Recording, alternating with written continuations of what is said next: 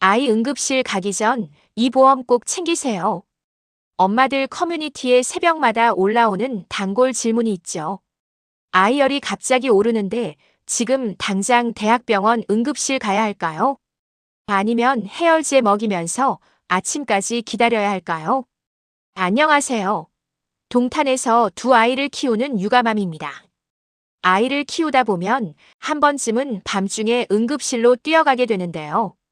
하지만 준비 없이 대형 병원 응급실을 찾았다간 생각보다 큰 비용 부담에 당황하실 수 있습니다. 오늘은 우리 아이 응급실 비용 아끼고 보험금 똑똑하게 챙기는 법 딱 깔끔하게 정리해드립니다. 첫 번째로 꼭 아셔야 하는 중요한 제도 변화가 있습니다. 이미 알고 계신 분들도 있겠지만 경증이나 비응급 환자가 권역응급의료센터 같은 대형 병원 응급실을 이용할 경우 본인 부담률이 90%까지 적용되는 조치가 시행 중입니다. 단순 고열이나 장염, 설사 등은 병원에 도착했을 때 경증으로 분류될 가능성이 높은데요. 이 경우 응급의료관리료 등에서 비응급 환자는 전액 본인 부담이 되는 경우가 있어서 권역응급의료센터 기준으로 평균 본인 부담 비용이 이전보다 크게 올라갈 수 있습니다. 그래서 무조건 큰 병원 응급실로 달리기 전에 우리 아이의 증상이 아주 위급한 상황인지 먼저 판단해 보시는 게 좋습니다. 그리고 평소에 집 근처에서 야간이나 휴일에 진료가 가능한 달빛 절인이 병원이나 지역 응급의료기관의 위치와 실제 운영 시간을 미리 파악해 두시면 급한 불을 끄면서도 비용 부담을 훨씬 줄일 수 있습니다. 두 번째는 병원비 부담을 덜어줄 우리 아이 어린이 보험 속 특약 체크입니다.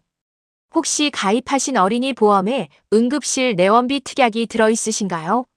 이 특약은 응급실에 내원했을 때 약정된 보험금을 지급해주는 유용한 담보인데요. 여기엔 중요한 반전이 있습니다. 보험사나 가입 시기에 따라 이 특약의 지급 조건이 다릅니다. 응급 환자 상태일 때만 지급하는 특약이 있고 경증인 비응급 환자 상태로 내원해도 지급하는 특약이 따로 있습니다. 앞서 말씀드린 것처럼 아이들의 단순, 고열 등은 비응급으로 분류되는 경우가 많기 때문에 내 보험이 비응급 상황도 보장하는지 당장 오늘 밤 가입 증권을 통해 꼭 확인해 보셔야 합니다.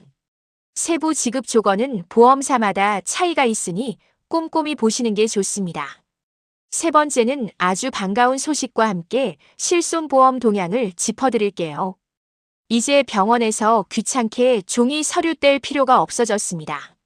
실손보험 청구 전산화가 의원과 약국까지 전면 확대 시행되면서 실손 24앱을 통해 계산서 영수증, 진료비, 세부 내역서 등을 터치 몇 번으로 전자 청구할 수 있게 되었습니다.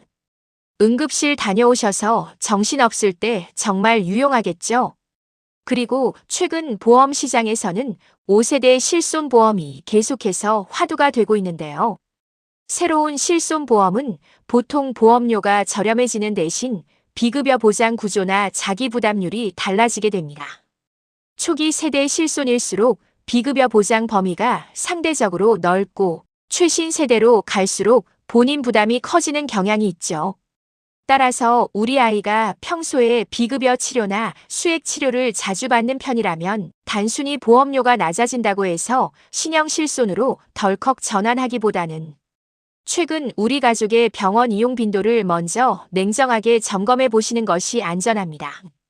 오늘 내용 딱 3가지로 요약해드립니다. 첫째, 아이가 위급한 상황이 아니라면 대형 병원 응급실 전에 야간휴일 진료기관을 먼저 확인해 비용 부담 줄이기. 둘째, 어린이 보험 증권에서 비응급 응급실 내원비가 보장되는지 체크하기. 셋째, 실손보험 전환은 무조건 따라가기보다 우리 아이의 비급여 치료 빈도를 보고 신중하게 결정하기.